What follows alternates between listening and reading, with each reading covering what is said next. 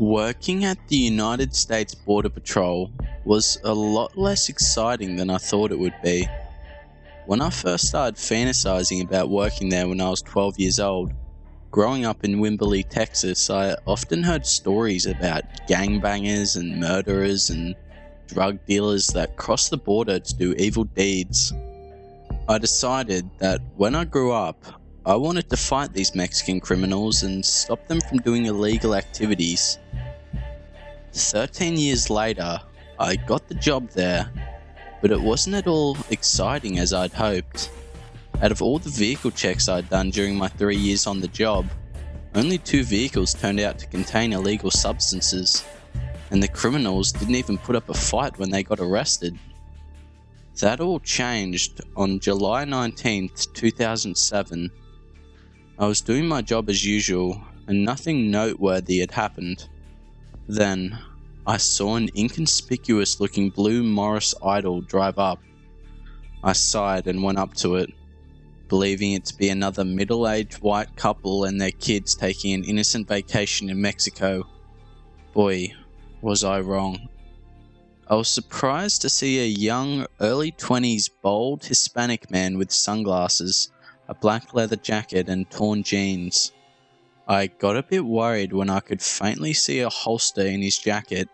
What perplexed me the most, though, was the baby in the back seat. The baby, which seemed to be a white male, was sitting on a booster seat. He looked like he was sleeping, but he didn't make a single noise, breathe, or any movement at all. He was also wearing an incredibly thick yellow parka, which was odd since it was summer. With my hand resting on my taser, I calmly asked the man to step out of the car. He complied and I promptly searched him.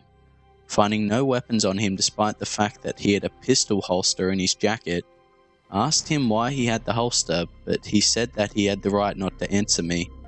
I sighed and told him that I would now be searching his vehicle. His eyes noticeably widened and he took a deep breath through his nose as he simply nodded to me. Before checking anything else, I went to examine the baby.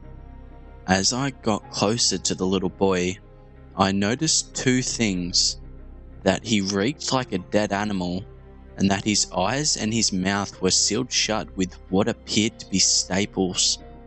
As soon as I reached my arms out to grab the boy, the Hispanic man put me in a headlock and shoved me into the dirt. He kicked me a few times before jumping into his vehicle and starting it up quickly.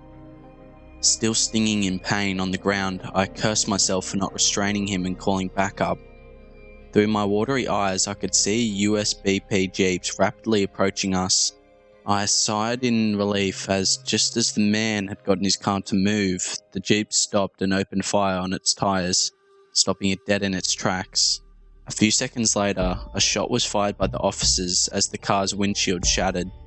2 guys came over and helped me up. Then we went over to the car to investigate.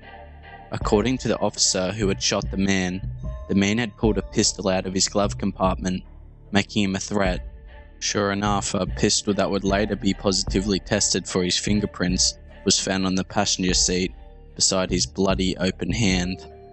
I told them about the baby, and they said they knew about it and that it had been removed from the car. They confirmed that it was dead, as I had suspected. Then they said something that deeply disturbed me, that its body had been filled with something. I went over to the station's forensic lab, where the corpse of the baby had been taken. There, its bloated belly was opened up with a scalpel, and out came 100 small candy-like objects of varying colours. Were those jelly beans? The truth was far worse. The small substances were opened up, and it turns out that they had been filled with small amounts of methamphetamine.